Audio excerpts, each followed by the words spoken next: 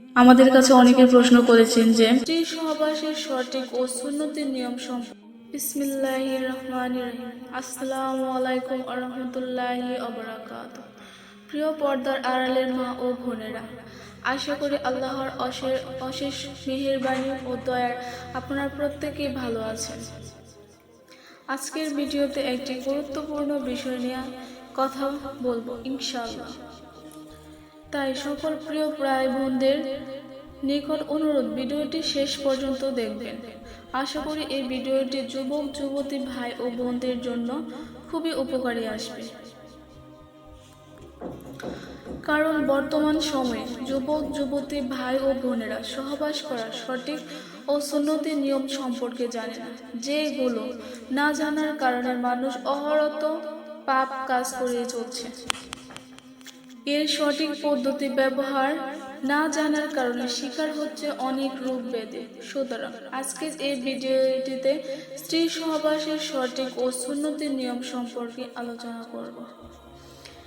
সহবাসের সঠিক নিয়ম হলো, স্ত্রী নিচে থাকবে আর স্বামী থাকবে উপরিভাগে। এই উপরিভাগ থেকে সহবাস করবে। মহান আল্লাহ তাআলা পবিত্র কোরআনে সূরা আরাফের 189 আয়াতে বলেছেন, অতঃপর যখন পুরুষ থাকে ছেয়ে ফেলেছে তখন সে এক লঘু গর্ভ ধারণ করেছে এবং সেটা নিয়েই সে চলাফেরা করেছে। বর্তমান সময়ে ডাক্তারগণ এই কথা বলে থাকেন যে স্ত্রী নিচে থাকবে আর স্বামী উপরে থাকবে, সহবাস করবে, তাতে সঠিকভাবে গর্ভধারণ হবে। স্ত্রী যদি স্বামীর উপরিভাগে থাকে বা উপর থেকে সহবাস করে, এমন অবস্থায় যদি স্বামীর বীর্যপাত হয়ে যায়, তাহলে চিকিৎসা বিজ্ঞানীদের মতে তখন সম্পূর্ণ বীর্য বের হতে পারে না, ভিতরে অনেকটা থেকে যায় অথবা বীর্য মূত্রথলিতে চলে যায়, যার ফলে অনেক জটিল সমস্যার সৃষ্টি হয় এবং সেখানে পাথর হওয়ার মতো ঘটনাও ঘটে। এছাড়া আরও নানান রোগ হওয়ার আশঙ্কা থাকে। তাহলে চলুন এবার জেনে নেই সহবাসের সুন্নতি নিয়মগুলো কি কি।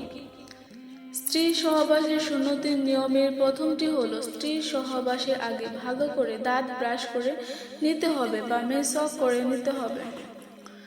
2 নম্বর হলো, সহবাসের আগে স্বামীকেও ভালোভাবে দাঁত ব্রাশ এবং মেসওয়াক করে নিতে হবে। বর্তমানে অনেক যুবক সিগারেট বা কোনো বদ নেশার সঙ্গে যুক্ত, তাই এভাবে স্ত্রীর কাছে যাওয়া ঠিক না।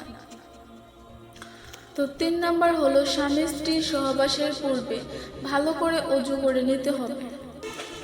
তো 4 নম্বর হলো, বিসমিল্লাহ বলে অর্থাৎ সহবাসের দোয়া পড়ে শুরু করতে হবে, আর এটা মুস্তাহাব। সহবাসের দোয়াটি হলো, তো বাংলায় উচ্চারণ আমি বলে দিচ্ছি।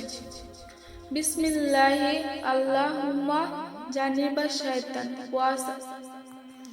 ও জানিবিস শাইতানা মা রাযাকতানা। এর অর্থ হচ্ছে, হে আল্লাহ, তোমার নামে শুরু করছি, তুমি আমাদের নিকট হতে শয়তানকে দূরে রাখো। আমাদের এই মিলনের ফলে যে সন্তান দান করবে তাও হতে পারে শয়তানকে দূরে রাখো। তো 5 নম্বর হলো, স্বামী স্ত্রী একে অপরের সুগন্ধি জাতীয় জিনিস বা আতর লাগিয়ে নেবে। তো 6 নম্বর হলো, সহবাসের সময় কেবলামুখী হয়ে সহবাস করবে না। তো 7 নম্বরে হলো, সহবাসের সময় একেবারে উলঙ্গ হবে না। যদি তৃপ্তি না আসে তবে উপরে কোনো চাদর বা কাপড় দিয়ে ঢেকে থাকবে। তো 8 নম্বর হলো, বীর্যপাত হয়ে গেলে সাথে সাথে স্ত্রীর উপর থেকে নেমে পড়বে না, বরং কিছুটা সময় তার উপরে শুয়ে থাকবে। আবার পুরো শরীরের বড় স্ত্রীর উপরে দেবে না, যাতে করে সঙ্গিনীর কষ্ট হয়, এটা খেয়াল রাখতে হবে। সুন্নত। তো 9 নম্বরে হলো, কোনোভাবে স্ত্রীর বায়ুপথে অর্থাৎ মলত্যাগের রাস্তায় সঙ্গম করবে না, কারণ এটা মহাপাপ, যা কোরআন ও হাদিসে কঠিনভাবে নিষেধ করা হয়েছে। চিকিৎসা বিজ্ঞানের ভাষায় এর ফলে উভয়ের কঠিন রোগ হবার সম্ভাবনা থাকে। বারবার বায়ুপথে সঙ্গমের ফলে তা ঢেলে হয়ে যাওয়ার কারণে টয়লেটে যাওয়ার আগে কাপড় নষ্ট হয়ে যেতে পারে। তো 10 নম্বরে হলো, কোনো অবস্থাতে নেশা বা জাতীয় খাদ্য বা পানীয় পান করে সহবাস করা যাবে না, কারণ এর ফলে বীর্যের গঠন ঠিক থাকে না, ফলে সহবাসে স্বামী স্ত্রী কেউ পূর্ণ তৃপ্তি পাবে না। তো তো প্রিয় পর্দার আড়ালের মা ও বোনেরা, এ ছিল আজকের গুরুত্বপূর্ণ আলোচনা। যদি আমার আলোচনাটি ভালো লেগে থাকে তাহলে অবশ্যই আমাকে কমেন্টস করে জানাবে। আর তোমাদের কাছে ছোট্ট একটি রিকোয়েস্ট, ইসলামিক দাওয়াত চ্যানেল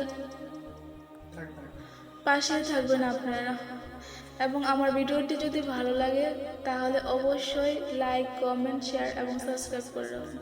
তো আজকের মতো এই পর্যন্ত। আসসালামু আলাইকুম ওয়া রাহমাতুল্লাহি ওয়া বারাকাতুহু।